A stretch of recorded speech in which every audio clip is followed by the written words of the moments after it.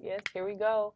So we're tapping in with Money Talk, y'all. Once again, it's your girl Seven, and we're about to get it going. So I have a new artist, Abdullah. I met him at one of the networking events at the Get a Fest. So you know how that shit go. So without further ado, let's get into it. So we definitely know you're in your bag because you're sitting in this seat.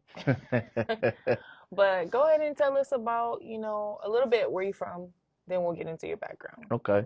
Peace and love, family. My name is Abdullah, hip hop MC, born and raised Chicago, Okay. new resident here in Las Vegas for going on a year now. Okay, yeah. Okay. So you like it so far. I know that's a different I've, change. I've been, nah, not really for me because me being a military veteran, I'm used to this kind of weather, so the weather Okay. don't bother me. But I've been visiting Vegas long before I moved here because I got family here. So, Okay. so the So you environment for used to me it. is different, but I tolerate it. Okay. What about the food?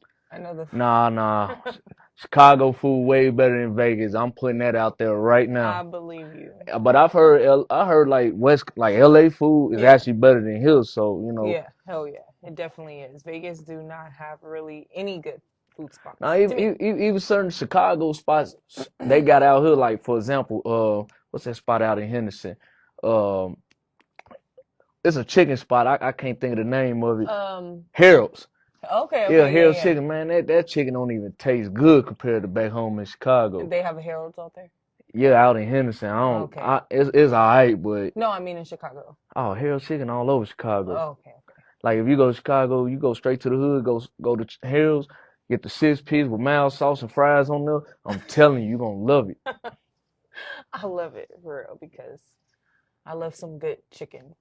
When you can taste it's real meat and Man, not the fake that's why I'm chicken. saying when you go to Chicago and you eat that Harold's, Hmm. you get that 6 piece with the mild sauce on there. Get whatever pop you want with it, cause Hmm. especially young people, they love the pop. I'm telling you, I had a friend some years back. She was from Dallas, and I took her straight to the one in the hood. Hmm. Man, she every time she go to Chicago, she go to that same That exact same spot. one. Oh, I love food like that. Yes, definitely LA. Yes, yes. LA written all over it. Okay. So yes, tell us a little bit about your background and your upbringing. How was that like? Like I said, I'm born and raised West Side Chicago, Okay. K Town to be exact. Grew up grew up around a lot of gang banging, dope dealing back in my day. But my neighborhood growing up, even though we didn't have a lot, it was more like a family because everybody knew each other. Hmm. Hmm. So growing up for me being a and B student in school, I kind of was lured away from the street life from the gangsters themselves. Hmm. They saw the potential in me as a young child, so they lured me away from the street life. So I was sheltered, but I grew and hung out around those guys because we Hmm. grew up together. Right. And graduated high school, and then when I graduated high school, I went straight to the military. Wow. So what? So what? 18? Yep, Okay. How was that? and I did 9 years in the army. I did 4 tours of actual combat, three in Iraq, one in Afghanistan. I was able to Wow. Okay. Thank you for your services, first of gratitude. all. Thank you. And I was able to travel all across the world. I've been to probably 30 some different countries just in the military alone. Yeah. Hell of an experience. Some of my closest friends to this day are from the military. Hmm. Had a lot of fun. I ain't gonna tell all the bad shit I did Right. because that ain't for the camera to know. Right. But let's just say my experience, man, I wouldn't trade it for nothing in the world. It Right. actually morphed me into the man I am today. Yeah. Yeah. I mean, 9 years, Yeah. it's definitely a journey and you definitely put in some time. So yeah, thank you. Because those are some important wars that you were a part of for sure. Yeah, Iraq and Afghanistan, Yeah. and I got the wounds to prove it. I do have confirmed because I get asked this question all the time. Yeah, I do get confirmed kills under my belt, but I don't like to brag about it because I was over there just doing my job Mm. and doing whatever I had to do to come back home. But at the same time, I had such an amazing experience Hmm. meeting people Right. of different ethnicities, and then also being Muslim myself, going into the Muslim world and actually having a great interaction with other Muslims while I was there. Yeah. So my experience is kind of unique in that way. Okay. Okay. Yeah. That's It's definitely an experience for sure within itself, but being able to, get good friends Oh out of yeah. it and create those bonds that are, unbreakable Like is like something you can't. I tell people all the time, man, some of your best experiences with friendships is going to be with people you served in combat with. That's Hmm. why, like, when I first moved out here, one of my homies, he found out I was here, came out here to visit me. Now, keep in mind, I hadn't seen him in over 15 years. Hmm. But that friendship from 20 plus years is still strong. So it's just a brotherhood that's for life. Yeah. No, for real. That's dope. Because it's like y'all pretty much had to protect each other in a sense. Like y'all both trying to make it home. Y'all all trying to make it home. So it's like y'all got to protect each other, be there for each other, have each other's back. I give you one quick story. When I was in Iraq, I served in this unit with this one dude. He was actually a skinhead, Hmm. Nazi skinhead, but we went on this one mission and some sniper tried to hit him. I ended up killing that dude. Mm. So I pretty much saved his life. His life, yeah. When we got back from Iraq, he ended up getting out of the military, became a cop. So one day I'm driving, I'm towed up. Hmm. I'm on that Henny heavy. Hmm. I get pulled over, man. So I'm like, damn, I know I'm finna go down for a DUI. Hmm. Oddly enough, it was him that pulled me over. Remember who I was? He was like, man, I'm not even finna give you a ticket. I'm just gonna ride. I'm just gonna make sure you travel back on base safe. I'm gonna tell the people at the gate to let you go through. You get home, man, and be safe. I'll never forget what you did for me when we was in Iraq. Here it is, skinhead, man. Was swear he was a racist, but when you get to meet people and actually get to know people, you find out Why? they Yeah. really not as racist as they seem. Cause me personally, I'm like, hey, I don't care what you do in your off time. When we at work, don't bring the bullshit to me. Yeah. So that's one of the many experiences I had in the military that I can recall. Like, hey man, you can't really judge people off of off of what you assume they are. Can't judge the book by its cover for sure. Find out exactly who they are, and you'll be surprised, man. You'll have way more things in common than opposite. Hmm. That's true. That's another reason why I do these interviews because people would be like, don't really know your story. Like Yeah, we just hear the music. We don't know who you are though and what it took to get there. So exactly. I would have never known. See, that's wow. So tell us about life as a kid growing up. What type of music did you listen to? Life as a kid. Okay, I started out in the choir. Oh, I was in the okay. choir. My mom. Shout out to my mom. She was a singer in the church, so we used to have to go to church, me and my brothers, Mm-hmm. and started out singing in the choir. Um, and then from the choir, I started writing love poems. Back in the day, I used to be shy, so Hmm. little girls I used to like back then, I used to like write little love poetry. You know Yeah. how it is back then. Like, Yeah. will you go with me? Yes, Yes, no, no. maybe. A couple on circle, maybe. I'd be like, wow, man.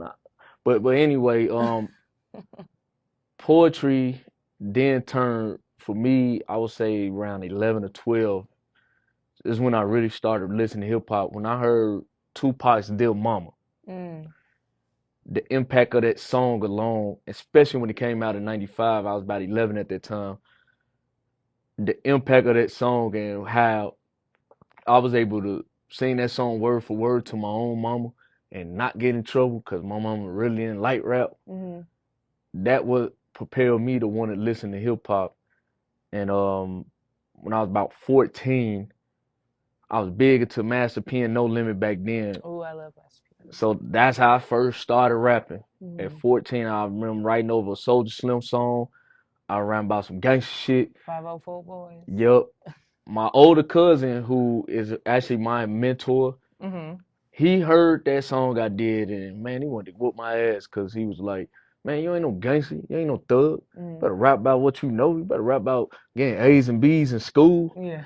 So ever since then, I ain't wrote a gangster rap since, Yeah. and that was in 1998. Mm-hmm. So from there, that's how I got my started gradually over time. Um, Especially in the neighborhood I was in. There's this one guy named George Daniels. He's like a hip hop legend on the entertainment side. Mm-hmm. He's worked with the likes of R. Kelly. Okay. I'm trying to remember. Stepping in the Name of Love music video. If you see that, you'll see George Daniels in the video, old school cat. He's had his music store in our neighborhood called George's Music Room. And this is what molded me into the hip hop MC that you saw the other week.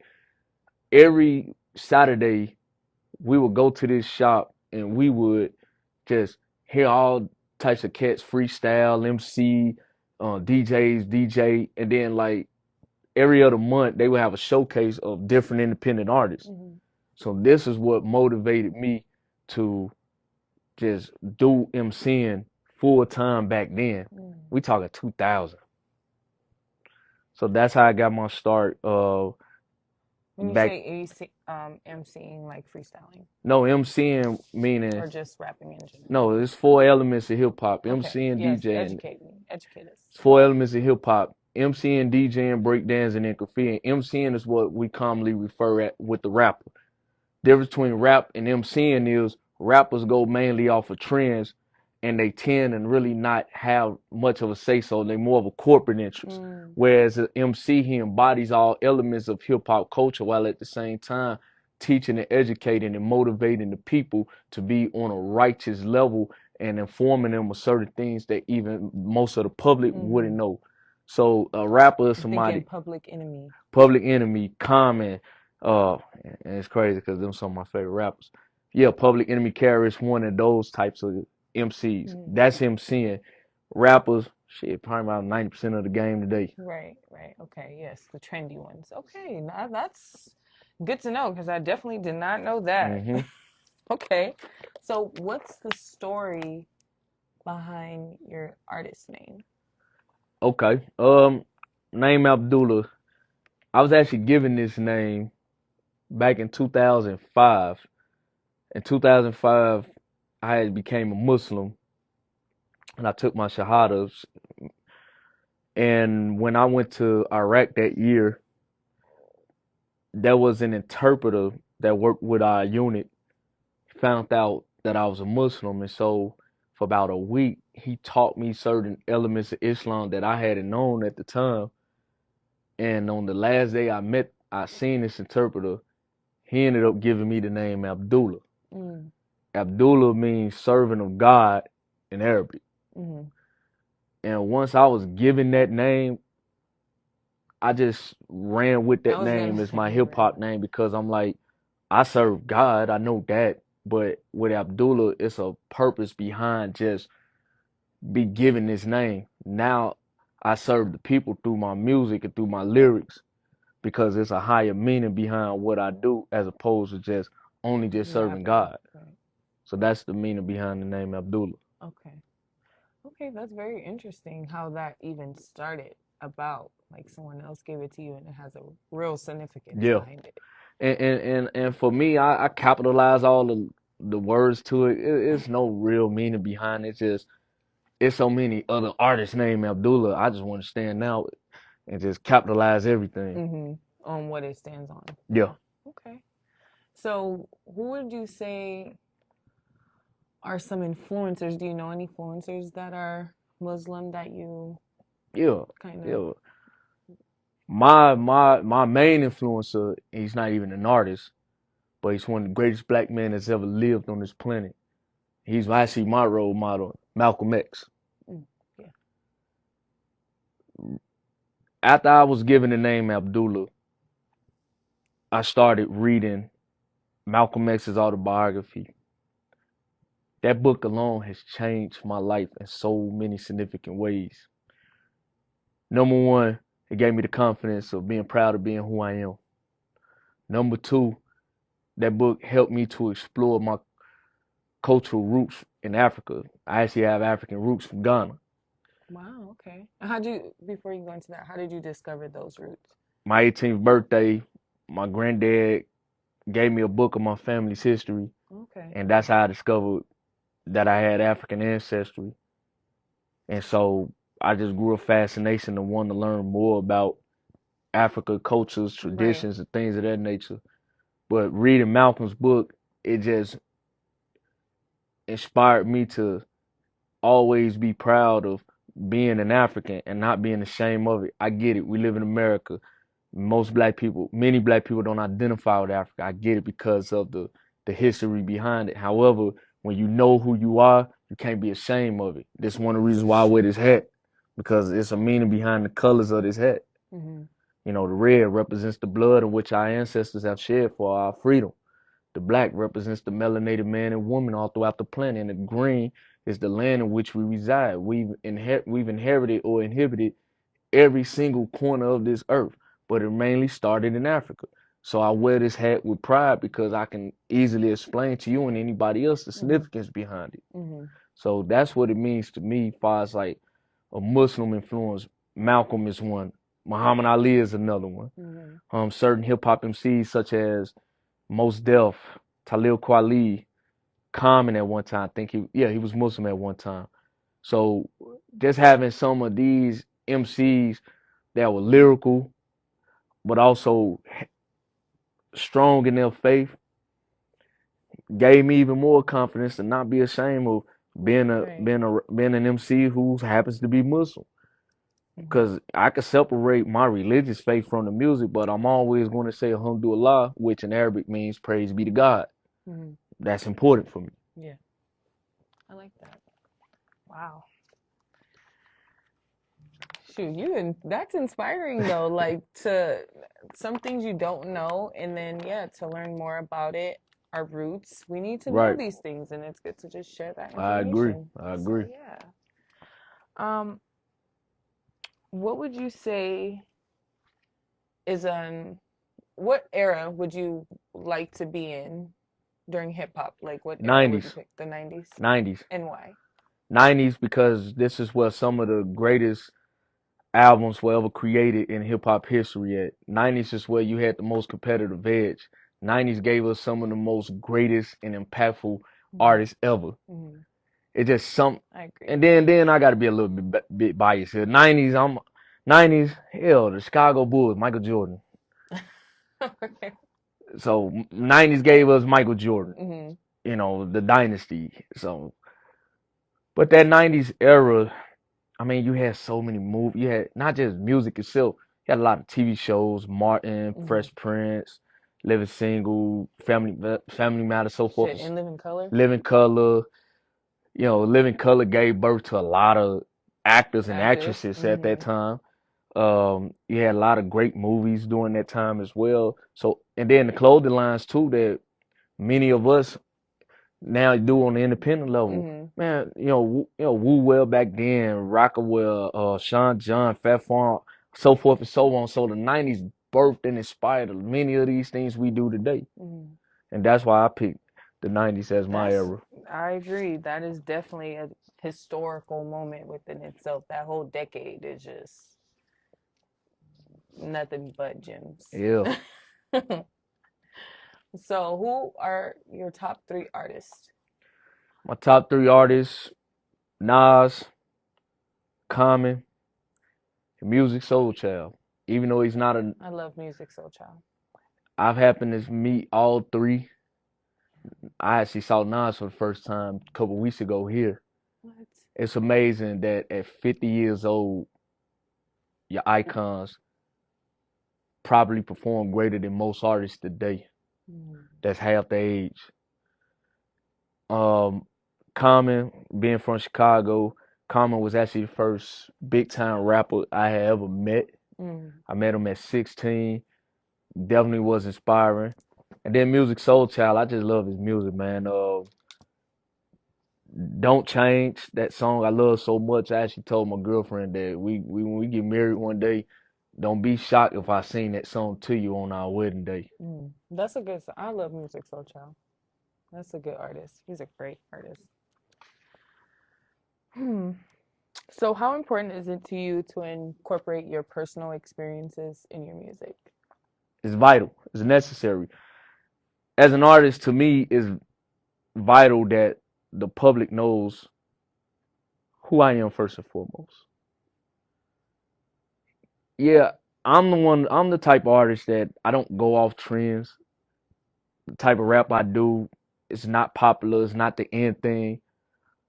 But for me, it's necessary to always remain true to yourself. And if that means is I lose out on big contracts and big money, okay, fine. But authenticity will always trump any form of commercial success or accolades because of the fact when people know who you are, they'll truly appreciate and respect the type of person you are in accordance to the type of artist you are as Yeah. well. Yeah. I think it go hand in hand. Mm-hmm. Like I said earlier, Tupac's Dear Mama. Most of us can relate to that Mm-hmm. because we have a deep affection for our mother. Mm-hmm. Um, I got songs such as I Love Being Black. It's the most popular song I've ever performed. Why? Because when you perform this song in front of other black people, we love who we are. It resonates with us. I got songs called Fatherly Love, where I'm speaking about the love and care that I have for my son at the time. People resonate with that because now you get to hear this from a man's point of view, how deeply active and involved we are in the lives of our children. So I'm giving mental health therapy, another thing.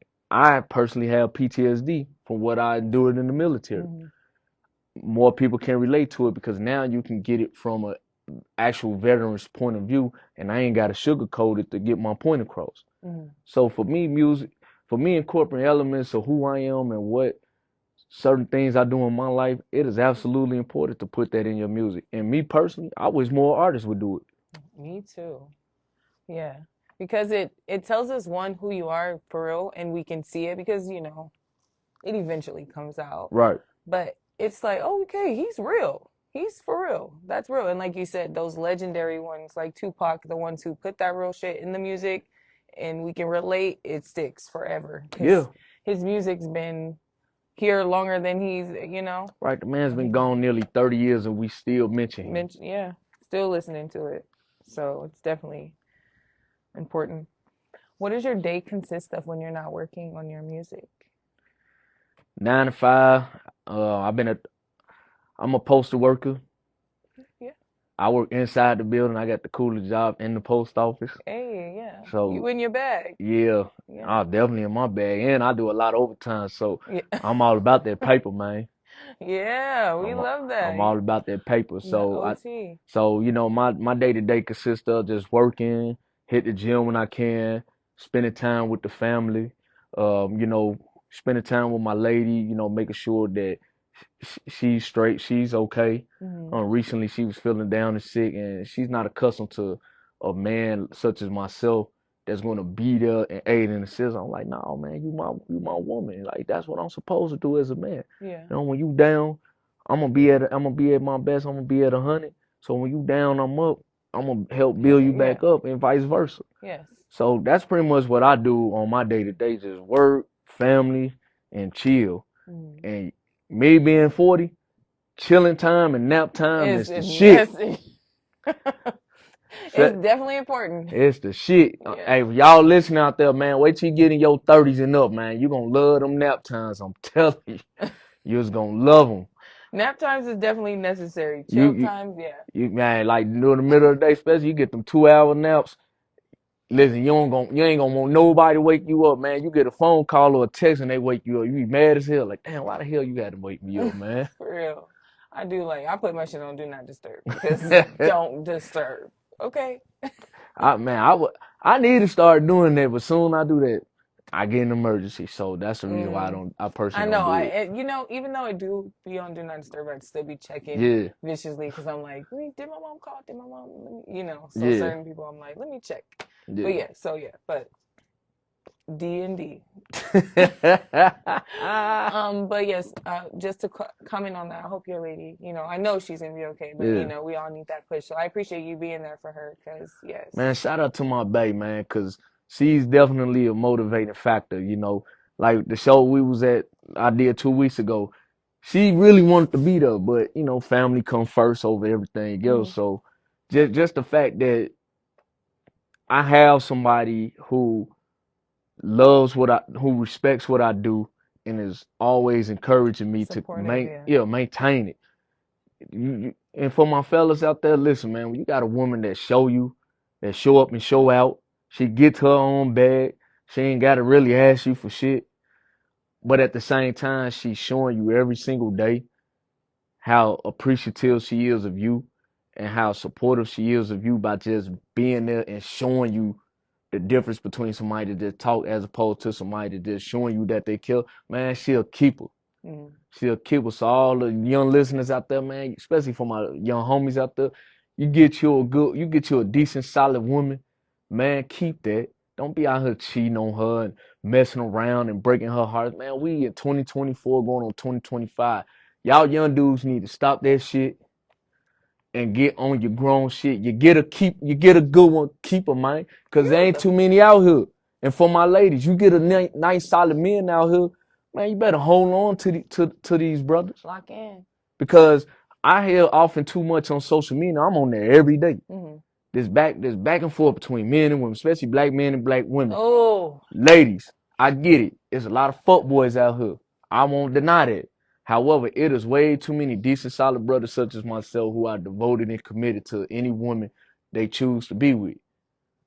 Stop chasing out these elf boys and let solid men come around you that will show you the major difference between the last 10 guys you was dealing with, because some of y'all body count long.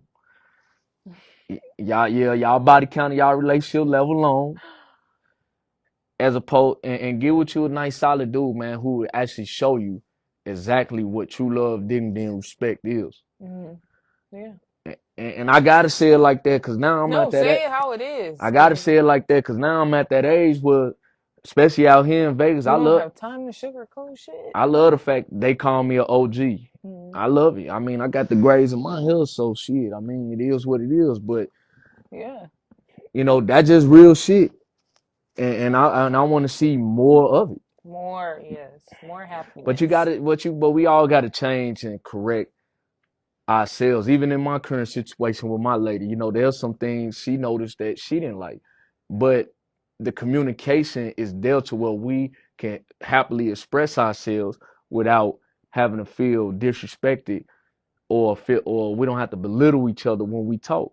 Mm-hmm. So she say something wrong with me, I listen, and then I work on correcting the mishaps or mistakes, vice versa. Mm-hmm. As it should be, especially when you want it to work. You got to do these things, and then you want to do these things. It'll work every time. It'll last every time because, y'all both want it, and y'all both putting the effort. So, yes. Shout out to all the men that's putting in the effort, and for those who's not, get on your shit, okay? So, tell us about Harlem. I know you performed live there. Man, I can't wait to go back. I'm going back next year. I was out there last month on a convention. I'm a member of the UNIA. That's a grassroots organization started by Marcus Garvey over 100 years ago that uplifts and motivates black people all over the world. So I'm a registered member, been a registered member for 5 years. For those just in case who want to, how did that even come about? I've been doing community research and stuff. Okay. Yeah, I was doing back home in Chicago. I've been doing community work for years. Just mainly security, because that's my expertise due to my military background. And I ended up meeting people that were in the UNIA, and for like a couple of years straight, they kept bugging me like, man, come and join. You exactly what we need. So finally, this how they tricked me. Malcolm X's birthday, May 19th, 2019, they asked me to perform. So I went there, performed. Next thing you know, they had the application like, come on, man, you already here, just join. I'm like, all right, man. So I ended up joining, and I'm actually happy that I've been in the UNIA for 5 years, because for any artists out there joining community organizations, this is another way of traveling too. So me being in the UNIA, I have access to go to trips to Africa. I've been to multiple states in the past 5 years. Back to the Harlem. We had our convention in New York this year, but we had celebrated Marcus Garvey's birthday in Harlem. Literally right down the street from the Apollo. Wow. So I was one of the main artists asked to perform that day. Man, That's and empowering. it was over, man, we literally on 125th Street, literally. I know it's packed. It was over 1,000 some people out there just on that one corner. Mm. And when I got up there, started rapping, that's, people started gravitating towards the stage. And that even motivated me even To more. keep going, yeah. And keep this in mind, this was my best performance of this whole year, and I was sick that week. Mm. I was battling the cold and still killed And it. he still killed. I love that. I love that. I feel like when I'm sick, that's when I go the hardest. No. Yeah, it's because it's that adversity factor that wants you to put it out there and just continue going. Mm. You may pay for it afterwards, but who gives a damn? As long as you give your 100% effort while doing it, hey, I'd rather be sick later than to miss out on the opportunity. Mm. Yeah. Sounds pretty familiar. Yeah. So how many songs did you perform that day? That day Was it I performed 3 that day. 3? Yeah. I could have performed 6, but um the weather started getting bad, so I limited to 3. Hmm. No, that's still, I'm only asking because just to have the opportunity to perform on that day in front of all those people, like that's not bad because your songs is fire. Like hmm I gravitated to it as soon as the beat came on, then you just started rapping. I'm hearing what you're saying. I'm like, oh shit, okay. Now I'm gonna give you and the listening audience a secret as to how I do. I notice most people, and I totally hate this. Most people when they get on stage, hey, my name's such and such, blah blah blah. This my IG and all that. I'm old school, man. I don't need to hear all that shit. Get up there, let that beat build, rock your set, and then if people really like it, they're gonna come to you and ask for your information. Yeah. Cause that's how it normally should be done. Now, if you at a showcase and the host asks for that, cool. But as an artist, because I want these rappers and stuff to be Better, MCs yeah, and yeah, artists. yeah. As an artist, take your sound check seriously. Have your performance tracks ready. Stop rapping over your own words. Oh, Lord. And get up there and kill it. Gravitate to to the crowd. This is what MCing also means. Move the crowd. Mm. So when you saw me up there, You was moving the crowd. exactly. That motherfucker was waving. If I'm not sweating, I ain't did my I that's not a performance. Yeah. If if I'm not barely able to talk, that's not a performance. Mm-hmm. So as an artist, I take this very seriously. I've been doing this for a very long time. Like I'm new to Vegas, but Axe in Chicago, man, I'm one of the most known underground cats out there. Fire. Wavy, authentic, real. Yeah. I definitely you sure. And I loved how you started it. That was important to me because you started the show, and that kind of like hyped it. You definitely, like you said, you got to move the crowd, rock Right. the crowd, and you definitely did that for the Get a Fest. If anybody else got anything to say, tap in my fucking DMs because this man right here rocked the Get a Fest. He got that shit started. We was hyped after Yeah. like it. You know, we were waiting around for a little bit, Right. and then you just came in with the bars. Like, And the thing is, certain people in the crowd told me they wish I would have went in the middle of that set, and I told them no, I disagree because if you're any true artist, always prepares themselves whether they're first, middle, or last. You always have to be prepared to do it at any given time. mm-hmm. I come from a scene in Chicago where I perform literally in front of like 3, 4 people, but still give 100% effort because you never know who's watching or listening. You never those 5 people that could be watching, those could be 5 fans that'll buy your music right then and there. Mm-hmm. So you always have to keep that in mind as an artist also. And not only just that, man, look, I come to the show prepared. Artist, you in your car, practice your shit before you get there. You at home getting ready, practice. I be at work 10 hours a day, practice. And I'm still gonna be hard on myself even when I do the performance because at the end of the day, I always want to make sure that I give 100% effort and I left nothing on that stage by the time I'm done. Mm-hmm. I hope y'all got your fucking pen and paper now. Nothing but gems. Nothing but real shit. I mean, that's true. Yeah. Practice is important. Practice is key. Practice makes perfect. And we're not born with it. You have Mm-mm. to practice it. You have to get better. And if you want your craft to be known and be known for something, I mean, you're speaking facts and you also have the action behind it. Right. So I respect you for that, for sure. Gratitude. So, what's the inspiration behind Legion? African Legion. Yeah, African Legion. I thought it was just Legion. African the motivation behind African Legion. In the UNIA, we have a security force that is called the African Legion, Mm-hmm. which I am a member of.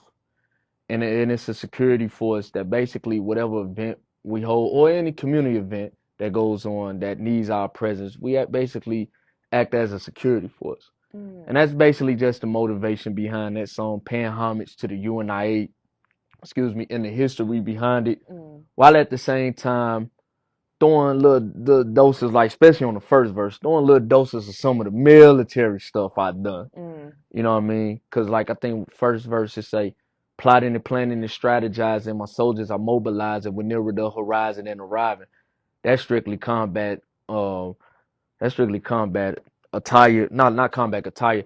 It's strictly combat operations that I've personally done in Iraq, Mm-hmm.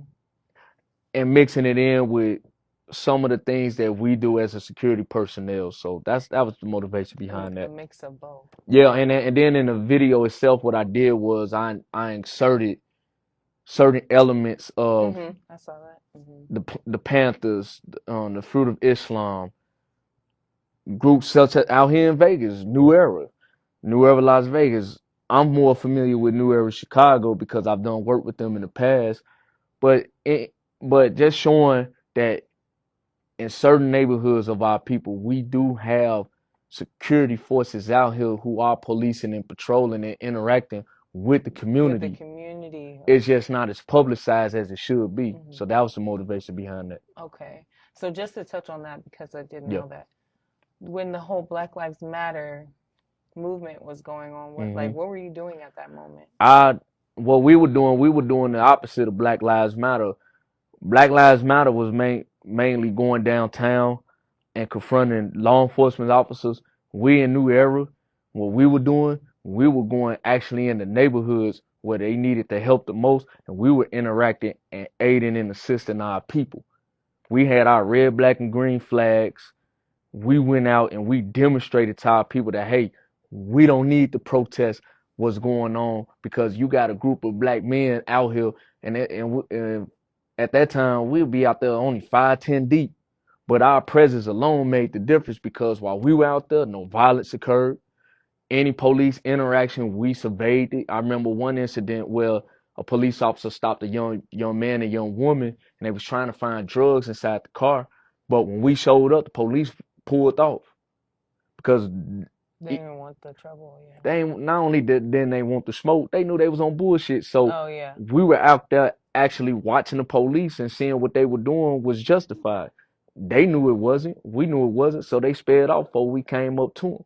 And we made sure that young man and that young woman got back in their vehicle and drove to their destination safely. Mm-hmm. So this what we were doing as opposed to Black Lives Matter. And me personally, I totally disagree with the whole Black Lives Matter sentiment because in your mission statement, anytime you say you're against the nuclear family, to me that's a direct threat against the black man.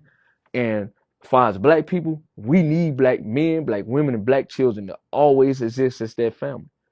So with New Era, we actually boots on the ground doing the work. Only difference is it does not get publicized as it should. Mm-hmm.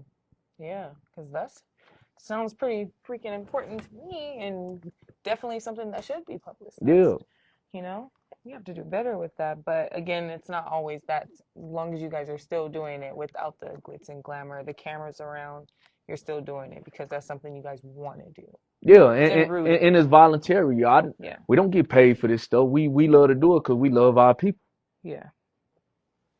What's your experience like collabing with other artists? Oh man, Because I see you have a couple of collabs. You got a lot. yeah. Now my goal is now that I'm out here in Vegas, my goal is just to collaborate with artists out here. So I have a new album I want to put out at the end of next year, but I do want to do the collabs with artists out here. Mm-hmm. But back to the question, the artists I collab with in Chicago, first and foremost, I respect every single person I've ever collaborated with. I love their art, I love their music, and I truly respect who they are as people. Mm-hmm. Because one thing I do, I actually get to know you as a person Yeah. before I get on the track with you. Mm-hmm. And That's different. That's nice. That's important too. yeah, Yeah. yeah. And then another thing is, especially being an MC, I am. If you got another dope MC with you, we gonna compete against each other on the same track. Mm-hmm. I'm gonna try to outshine you. You're gonna try to outshine me. And it's just that competitive spirit that makes good songs. Now, this current album I have out now, I was blessed to be able to finally work with female artists. Mm-hmm. And I gotta say, those sisters were truly amazing. To actually get to see them in studio, work their magic, Mm-hmm. and do a second, third, fourth, and fifth take to perfect it. Hey man, I mean, I tilt my hat off to them. Mm-hmm. And so, part of collabing with other artists too is you get to be a fan watching them do their work, Mm-hmm. and they get to see you do your work. So it's a great feeling And for then me. you guys coming together and creating great work. Yeah. That is. So, who, even though you might not have a favorite, but what was your favorite like collab? All right. All right, man. My favorite collab is my dog Stacks Pope. He's the one I've collaborated with the most. He's also a military veteran too. Mm-hmm. Uh, Okay. yeah, he's also a military veteran. Great brother, wonderful husband, great father. And our collabs is on some of the most classic tracks I personally have. Mm. So it's crazy because the first time we collab, I didn't even know he rapped. How did you find out you guys were just doing that little freestyle? Nah. What happened was I was shooting a music video called Meditation and Prayer. He happened to be at the music video shoot. After the after the filming was over, I played some tracks that would later become Lakeshore Drive. Lakeshore Drive is a street in Chicago, it's right on the lake. He heard it, bugged my ass for 2 weeks to get on that. Okay. I'm like, all right, man, whatever. So when I said yeah, this fool wrote me his verse. He wrote me and sent me his verse on Facebook Messenger the next day. So I'm like, shit, I can't wait till we record it. Yeah. We was going to record it that week, but then COVID hit. Yeah. So we had to wait a couple months till, we were allowed to go back to the studio. We went in there, killed it. Yeah. All that adrenaline was built up, and he was ready to go. He was trained to go. Well, him being a comedian, he was less nervous than I assumed him to be. Cause your first time getting in the studio, of course you're gonna have those nerves there. Him, no problem. Yeah, just went right to it. Yeah, because he's used to being in front of people. So, okay, that's pretty dope. So you guys make sure you check that out. It's gonna be on his Instagram, but we'll have all of that in the details later. So your belt. If anybody's seen him perform, he carries this belt around, similar to the championship belt. So what's the story behind that? All right. Because that drew me to you too. Because I like that. All right, now my next music video will be out at the end of this month, and the name of the song is called Stone Cold Stunner. The belt is a replica of the actual championship belt that Stone Cold Steve Austin used to wear back in the day. And he is my favorite wrestler of all time. So what I ended up doing was when I recorded the song, I ended up buying the actual Austin 316 shirt with the tight blue jean pants, shorts. I already had the boots already. And then I'm like, okay, let me find the belt. That belt was not easy to find. I bet. And that belt cost me almost $300. So, and I wanted the skull on there more than anything. I didn't want the regular, right, belt and look. No, I want the real thing with that skull on there. So when I perform that song, you will know I'm coming with the belt.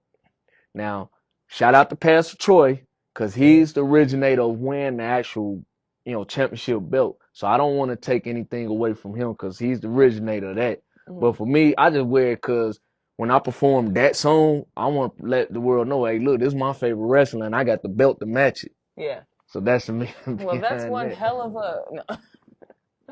No, it's tight. That's tight. I really do like it. SoCon was tight, so that's tight. And it's different. Yeah, I haven't seen anybody do that. So that was definitely different that you added that to your artistry. yeah. So yeah, I love that. Um, what about your song, Loving Myself? Loving Myself. It's currently on my current project I just put out over the weekend called Monthly Exclusives 2. It's out everywhere. Loving Myself, it's self-explanatory. Hmm. Just have love and dignity and respect for yourself. I was gonna say, do you mind giving us a little line from it, a little bar? Yeah. Yeah. I wake up every day giving praise to the Creator. Truly your motivator, the Most High is my Savior. Salute to my haters. Enjoy the fruits of all my labor. Ownership and independence, in my opinion, is major. Defining the odds with your resilience. In my personal life, I had to overcome the COVID-19 illness. Staying on my business, the results they are my witness. Glancing from a distance, conducting physical fitness. Accomplishing goals, remaining focused on the mission. Valuable wisdom. Paying attention because I listen. I kept on improving while y'all assuming that I'm missing. I'm putting in work because overall I am efficient. And those who will oppose my goals, you need to know I live for truth, stand for truth, or I will refuse to fold. I'm a man who's determined to encourage myself with happiness and peace of mind because I'm loving myself. Yeah. No, I really like that song. That was dope. And I saw the visuals behind it, so the visual Yeah, was tight. yeah, Your bars, like, I don't know, like are you just I mean, you've been doing it for a long time, and yeah, like you said, that's that MC shit, yeah, right? yeah. So yeah, it's definitely a difference in, My lyrics, especially being out here on the West Coast, mine's is different from the fact that I come from a city, Chicago. Prior to drill, we really did not have our own style. We always took elements of other people's regions mm-hmm, and just embraced all of it. mm-hmm, But mine's is more East Coast based because of the fact I grew up around the time where I just listened to East Coast hip hop. mm-hmm. So mine sound more like a Nas and a Black Thought and a Mobb Deep as opposed to A newer a newer generation. generation. I that is true. I do get those, like you said, those most def Yeah, 90s. Like I yeah, do get those type of vibes. The lyrics definitely intertwine with that old school beat yeah. in a sense. Like, you're having a message, you're saying something, you're not just Right. floating, is what I like to call Right, and for me, I learned this from KRS One even when I was younger. When you write, you should always have something meaningful to say because the words that come off of your mouth, they're out there in the universe forever. And I think that's one of the reasons why I've always been positive minded in my music as opposed to negative minded. Now, granted, the songs I did at Get a Fest, it was shit talking. it. Mm-hmm. But even with shit talking, it's still a message. Hey, look, get on with that nonsense before you mess with somebody that can get on your own level. But the positivity I like to espouse in my music, it represents who I am overall as a person. I don't live a negative life. I'm not out here cheating on my woman. I'm not out here drugging and clubbing and doing all kinds of foul shit. Even though when I was younger, I clubbed it up. Mm-hmm. But It's a time and a place for sure. yeah, time and place. Even when I was clubbing it up back then, man, I still made sure that I stayed on my job and took care of myself, family, and all that. Mm-hmm. So just being positive minded, just having a good solid background and standing on it and representing who you are, that to me is way more important than just following what everybody else doing. That's why I consider myself more different than most people. Mm-hmm. Yeah. Stand out and be unique and be different, and yeah, because it looks better when you're doing your own shit Yeah. and versus standing in, because we don't see you. We don't see that. We see the different stuff. Now I will admit this: it at times I do get nervous because of the fact I'm coming different, so it makes me stand out because it's not I ain't gonna say normal. The trend. It's not usual. Yeah. Like you don't see it that often. So I even me doing this for a long time, I still get nervous before each and every performance. I Yeah. do, but that's a good thing. Go to show how much you truly care. Yeah. Yeah. Passion behind it for sure.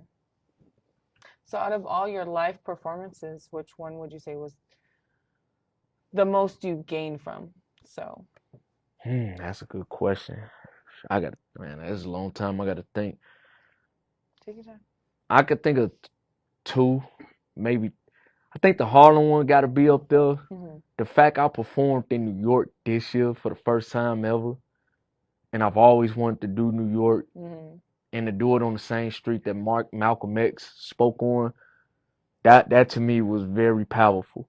That is, yeah. But I think two in mine. I think the first time I ever performed, I Love Being Black, and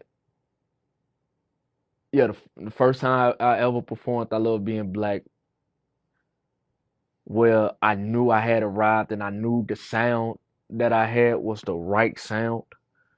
And that was about 6, 7 years ago. And I think another one I did a couple of years ago where where young people literally came on stage when I was performing and actually took the flag out of my hand. They waving the red, black, and green flag and singing behind the songs I was doing. I got I was more emotional from that performance than any other performance I've ever done, because that to me showed that I know I'm doing a great thing. Mm-hmm. To have a young person inspired and motivated on a rifle tip, that to me is more valuable than any amount of money I've ever made from this music shit. Mm-hmm. Yeah, because you empowered them, you Yeah, like inspired them for sure, and that's something you look for doing if you're an MC and artist. You want to inspire and empower people. cause after that performance, I remember this one shorty came up to me. He said, I can't help, man. I really didn't even want to be around nobody. But as soon as I seen you say I love being black, bro, I just had to come on stage, man. I just had to just sing along with you. And Yeah, and he was 17, man, and that man, that meant a lot. yeah, That meant a lot. That meant a lot, and it also shows too that, especially as a grown man, when you could greatly empower young people mm-hmm. to stay on the right path. It's beyond being an artist. It's beyond music. It's manhood. Yeah, Showing a young black man with the true authenticity of manhood. That means that young man will never forget that, and it will allow him to continue on a rightful path. Even if I never meet that kid again, mm-hmm. just knowing that I did something to inspire him, Right, I've done my job. yeah. Can't be mad at that. It's No, better not at to all. inspire than the other one, Yeah, leave a negative impact. So that's definitely a great thing. absolutely. Keep touching heads and stuff, Oh, lighting I'm on it. paths. I'm on it. I'm on it. I'm on it. Okay, I do want to ask you like a couple of like personality questions. Okay. What's your favorite romantic movie? Favorite romantic movie? Hmm. I don't know. I don't know. I don't know. That's a tough one. I don't know, because I don't really watch too many romantic movies like that. Well, you said too many. That means you watched them. Tubi don't count. Tubi does count. I love Tubi. They have That some of the them, greatest movies. bro, man, I'll be watching the bad part. I watch all the freaky part. I watch all the freaky parts of Tubi. So Oh, I want to say, I don't think it's a movie. it's a show. I'm gonna say Martin. I'm gonna say Martin. And the reason why I say Martin, all that back and forth Martin and Gina went through, Yeah. they never gave up on each other. And the best part to me was when Martin finally got out of his head and he threw that engagement for Gina in the park. Oh I yeah. think that was very romantic. Had the singer, and even though Cole and them messed up the little liquor Yeah, part, yeah. I know what you're talking about. I know what but yeah, how Martin did it, and he showed his maturity on that part. I think that was sweet. Yeah. And then I like the wedding they did too. So Yeah, the wedding was nice. That was nice to see the But for a romantic movie, yeah, I'm at I'm at ask my girl that she'll know better than I do. She'll know the name. Okay, yeah. You can text it to us later. What okay, you did say your religion is Muslim. So how many times you pray in a day? I pray 5 times a day. Okay. One in the morning, one at noon, middle of the day, sunrise, no sunset, and then right before I go to bed. Okay. So you have a schedule when you do it. Yeah, all Muslims are required to pray 5 times a day. Okay. Yeah, I love that. That's good. That's good. There's nothing wrong with praying. Can never go wrong with Man, that. gotta stay prayed up, Gotta man. stay Got prayed to. up. What is something you want to be remembered for? I want to be remembered as a black man who rose against the obstacles that I was faced with. Being the first person in my immediate family to graduate college, being someone who survived multiple combat tours in the military, being someone who was always honest, respectful, disciplined, someone who cared about our people worldwide, someone who had someone who truly loved hip hop culture to where I helped to embody all elements of it. Even just me being an MC, but always being able to educate people on the importance of all elements.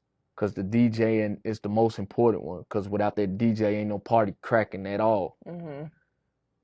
You know, the break dancing, you know, the dancing, that comes before the rapping. Because without the DJ, the party got to get jumping with people dancing, then the graffiti writing, and then the MCing. But also as a person who was just someone who cared, someone who was very supportive, someone who showed with action instead of talking. Talking about it, yeah. So that's what I want to be remembered as. Action, yes. That's important. And at least, like I said, you talk about it, but you also have the action behind Yeah. it. So you're definitely doing it. You definitely, on your shit. What are some tracks that you're looking forward to everyone listening to? All right, for this new project, Stone Cold Stunner. That's the one with me in the belt. I'm gonna have a belt in the video and everything. Jordan and LeBron. I already know that's gonna create a lot of controversy because here in the West Coast, I did not know how much y'all truly love Kobe out here, man. Yes, sir. Y'all love Kobe. But Jordan and LeBron, that's another song I would love for a lot of people to really listen to. Of course, Loving Myself. There's another one I have called Inner Struggle, where I go a little bit into some type of psychological impact that us as black men sometimes suffer with that we don't get to share publicly because we're afraid of the criticism and the ridicule that comes along with it. And my stance is fuck what they say. Express yourself anyway, because you as a man, as a human being, have the right to express yourself and explain what you're going through throughout the world, regardless of how they think or feel about it. So that's another song. Of course, my current project, Discipline and Consistency, Preparing for My Enemies, that's definitely one of my favorites. Yeah. Got that pop like flow in there, so Mhm. And I'm just listen to those two projects I currently have out, as well as just go through all my music videos I have on YouTube. I post all the time on IG with my videos and performances, so that's basically the main music I really want you.